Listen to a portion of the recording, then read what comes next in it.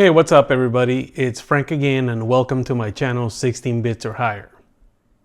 Today's video is going to be a short review of a device that I just acquired not too long ago, which is the Miyoo Flip V2. The device has been out for over a year already, and I was not able to get it at first when it first came out, and I actually skipped on the Miyoo Flip V1 because of all the bad reviews that it was getting with the hinge, the buttons, and the type of plastic that was used on the body of the device. So I skipped out on that, but as you can see, I have always been a fan of Miyoo devices. You can see my original Miyoo Mini there, and I also have the Miyoo Mini Plus right there as well. So I have always been a fan of these devices. On this video, I'm going to give you my true honest opinion to see if it's really worth getting the Miyoo Flip V2 after this whole year that it's been out.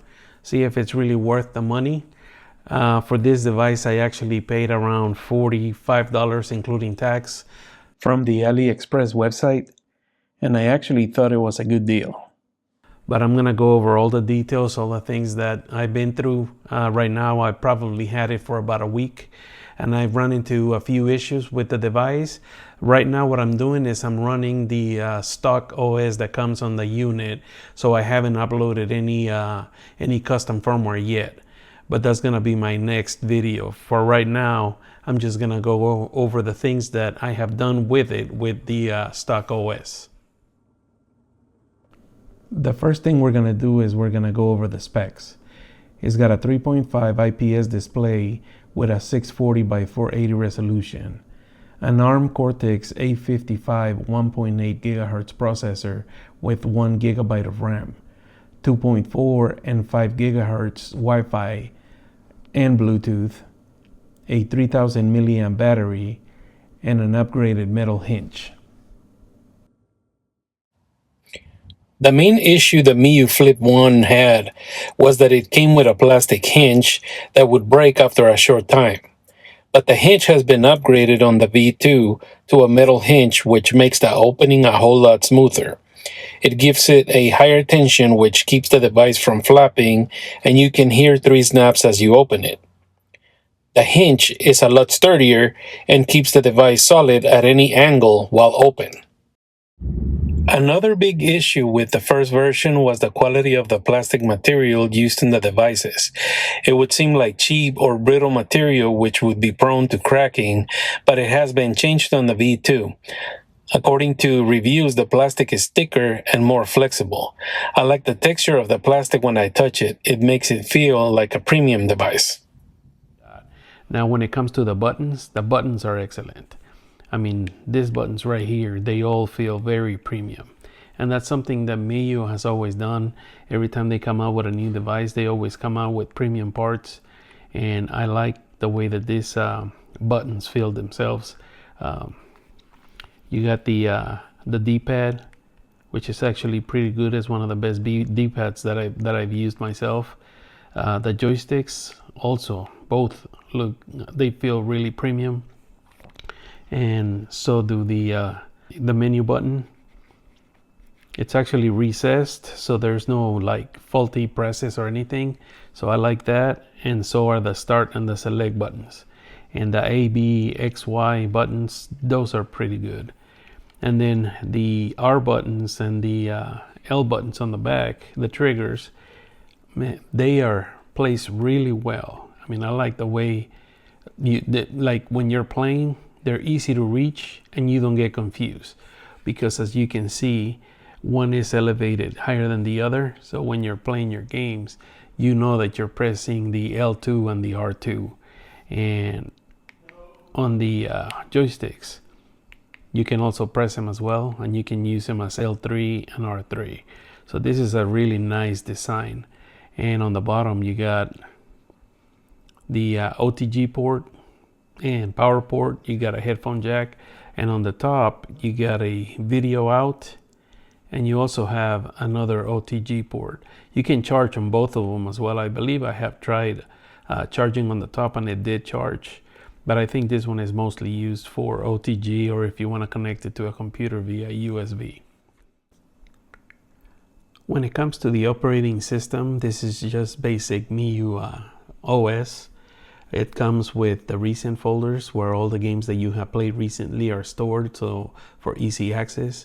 They do give you a favorites folder where you can go in and save all your favorites. That way you can just go in there and play the ones that you want to play, also for easy access. And then this also has two game sections. One is called Game and the other one is called RetroArch.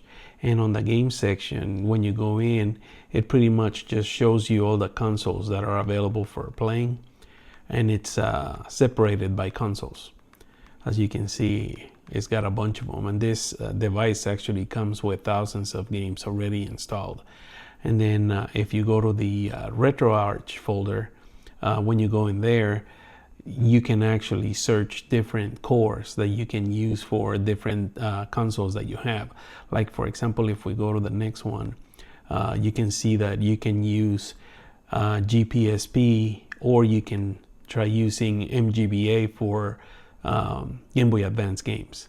Sometimes some games play better on GPSP, sometimes they play better on MGBA. And same thing with Sega Genesis. You can see down there you got one folder that it's labeled Sega Mega Drive, and then you got another one for Pico Drive that actually says Sega MD and CD, Mega Drive and CD. So this one will also play Sega CD games. Now the one that says N64, that one I actually installed myself because for some reason it didn't have an option for N64 on RetroArch. The only way that I was able to access N64 through RetroArch was to go to the app section. And if you can see there, there's RetroArch, I think that's RetroArch 64. And then if you scroll down a little bit further, there's going to be so the first one was RetroArch 62 and this is RetroArch 64. So it all depends on the games that you want to play. Some are compatible with the 32-bit, some are compatible with 64-bit. And under this app section, there's also a bunch of ports that are installed besides apps. So you got the USB mass storage. I believe if you use that app, you're able to connect the Miyoo Flip to a computer so you can access the storage via your computer. And then Commander, that's a file manager that you can use. But then as you can see, it's got some ports like Celeste is right there. GMU, that's a music player. And there's some that are in Chinese. But I can see that it's got Half-Life. I haven't tried that one, but I did try Stardew Valley and that one works perfectly fine. And it's got a bunch of other ones that are in Chinese. So I'm thinking that once I install custom firmware, all those are going to they're going to disappear because I'm going to install a new operating system. And I should be able to install ports with the new custom firmware. And then you also have your settings. And under settings, you got the power off section, you got the brightness, LCD frequency, Wi-Fi manager, Bluetooth manager. You can actually adjust the color on the display, change the language, change the date and time. You can calibrate your controllers, keys map, turbo input. That's for the volume, themes. And that's if you want to use emulation station. So if you don't like the theme that is going on right here, you go to that section right there and you can actually switch it so that it looks like an emulation station console. That's if you want to put your device to sleep, and you can do a factory reset. That'll give you device info, and you can remove your SD card, and there's a hardware test. So as you can see, the OS that comes is pretty basic. When it comes to the games, this system pretty much runs everything from the standard basic systems like Atari 2600 all the way up to Nintendo 64, pretty smooth, pretty nice.